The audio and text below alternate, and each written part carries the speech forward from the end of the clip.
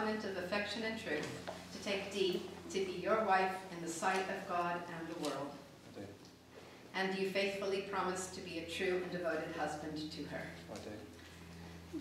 Dee, do you enter into this holy covenant of affection and truth to take Elliot to be your husband in the sight of God and the world? I do. And do you faithfully promise to be a true and devoted wife to him? I do. Okay, so if I can have a look at the... Let's have a look. Supposed to make sure that they are...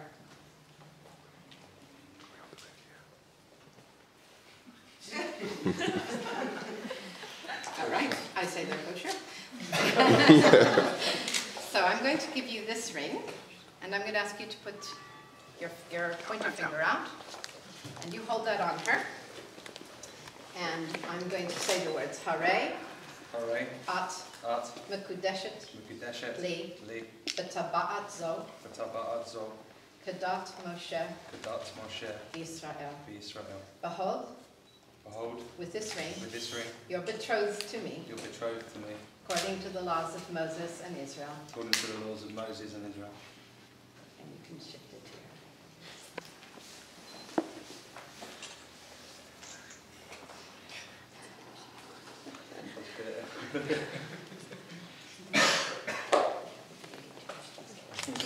And if you'll hold your finger out for her. Hare, Ata, Mekudash Li, B'Tabat Zo, Kedat Moshe, Israel. Behold, you are betrothed to me with this ring, according to the laws of Moses and Israel.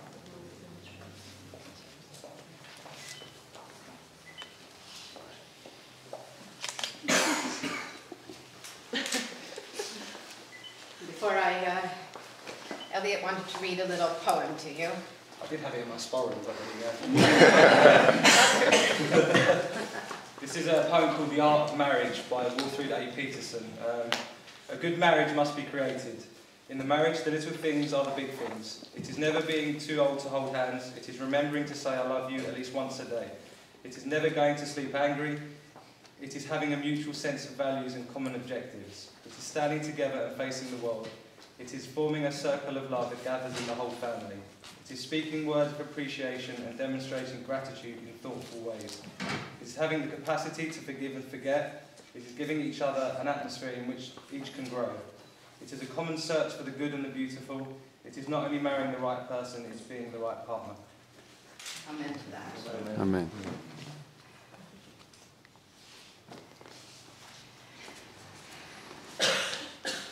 Lights, camera, action. Almost time for that award-winning film, The Marriage of Dee and Elliot, to begin. In just a few moments, Elliot will break a glass, we will shout Mazel Tov, and then on with the film. Now you may be wondering why I said that marriage begins after the glasses are stomped on. Well, just as films only capture a part of the story, a mise en scène, so it is with a wedding. This moment, this ceremony, is part 2 of a trilogy called The Drummond Goldman Story, a romance. The first part was lovely, the courtship which began and the moving in together and then coming to see me, which led to classes, observances, becoming entwined in the life of a community that continued with Dee's conversion, which was also something of a conversion for you too, Elliot. A tale of the building up of love, trust, and intimacy. All of this led to this current moment, this chuppah. The first part seems to have had a happy ending because the producers decided that there should be this second part. And that's now. This second part is the chuppah, a grand and glorious celebration of your love with you two as the stars of the event. Today, everything will revolve around your relationship, its past and its promise. And over dinner, your family and your friends will extol you, all to the accompaniment of a great soundtrack, and of course with credits shown for all those who've been involved in the production. And this part of the plot will include as well the honeymoon period, as you settle into the reality of your changed status, and it does change being husband and wife. But wonderful and memorable as all this has been and will be, the real story is what comes in part 3, the rest of the years. And I say years because I expect that the films that I direct will be long-running ones. Giving you BAFTA awards at this point in your careers would be premature. I don't know about you, but I'm always much more moved when BAFTA honors somebody who has proven themselves over time and in a variety of roles, awards given to acknowledge the sum total of the actor's efforts, than I am to honors given to novices. So we'll celebrate again in 50 years. In part 3, we're going to shift to a reality-based story, because in a marriage, performance, being on one's best behavior, will always give way to being oneself if it's a good marriage, on good days and on bad. Floating on a cloud of love has to give way sometimes to climbing treacherous cliffs, descending into deep valleys, and being buffeted by powerful waves. One midrash, or rabbinic tale, so that we all have one day in which we receive love as a gift, but after that we earn love as we earn our bread through the sweat of our brows. Now I know that you two have been together for a number of years. I forgot how many. Nearly 6. Nearly 6. And so I know you know what it means to be committed and loyal and to work on a relationship. And over these months, I have formed some impression of the qualities in the two of you, which make me feel very pleased and hopeful to officiate at your chuppah. The Scottish lass with the feisty personality, and the Essex lad with the laid-back temperament.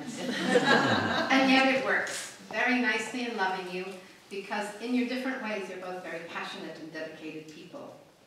You are thoughtful in 2 senses of the word. With everything you do, you put a great deal of thought into it, as in the research and reading, discussions and conversations and practices you did in preparing for the class and in preparing for your Jewish life together. And you are thoughtful because you're considerate about others, warm and amiable. You are personable, and you like people of all ages, and your fans include here in the synagogue everyone who comes from different generations, because you came in and you settled here with us, and you decided to become not just the occasional minyan angel, but regular minyan angels, helping us always to create community. You both work long and hard at your professions which are about caring for people. And because of these long, hard hours, it requires a great deal of patience and forbearance, because you're often out late, up early, and worn out from this taking care of others. Nonetheless, you smile and laugh easily, and you love each other deeply. That much was apparent from our first meeting. You show such pride in what the other accomplishes, and you're so generous to each other, more than many couples I've seen. You are really together, truly a couple, and it is a pleasure to be in your company. Some of this is mentioned in your ketubah, your marriage document. You have affirmed your commitment to be friends and partners in building your lives and in living your marriage. You have said that together you will create a Jewish home of learning, loving, and generosity. And you have promised that you will grow and help the other to grow in wisdom and spirit. Your ketubah binds you two together in so many different ways throughout the generations and with the family present today, to your friends and to the world, to yourselves and each other, to human beings and to God. And all of this in the context of continuing to discover for yourselves what kind of Jewish home you will have, and later, what kind of Jewish family you will be. I'm not rushing you. I've got a dog in the house. You have a dog? It's on the way there. Sorry, I'm going to have to interrupt it. What kind of dog? See, they didn't invite my dogs, which I thought was... and they're Scottish. Well, that's a good start. Yes, see if your dogs will celebrate Shabbos with you. You're well on your way. And you will not be alone with this. As with all good stories, there will be insight from great screenwriters of the past, from the Bible to the Talmud to the great writings of modern Jewish thinkers, as well as enormous help from the supporting actors, your family, your friends, and communities. All of this is here to help you make the story of your life together a work of art, beautiful, rich, and full of meaning. My hope, and I am sure the hope of all assembled here today, is that you will really be, in the words of Hosea that I read during the circling, betrothed, if not forever, then for a life, in righteousness and justice, in loving kindness and compassion, and in faithfulness. I wish you two a joyous part 2, this chuppah, and a wonderful and amazing part 3, the rest of your lives. Mazel tov. Mazel tov. And now, the wedding. Now the wedding itself. I'm going to turn now to the Shava Brachas, the Shava Brachot on page 358.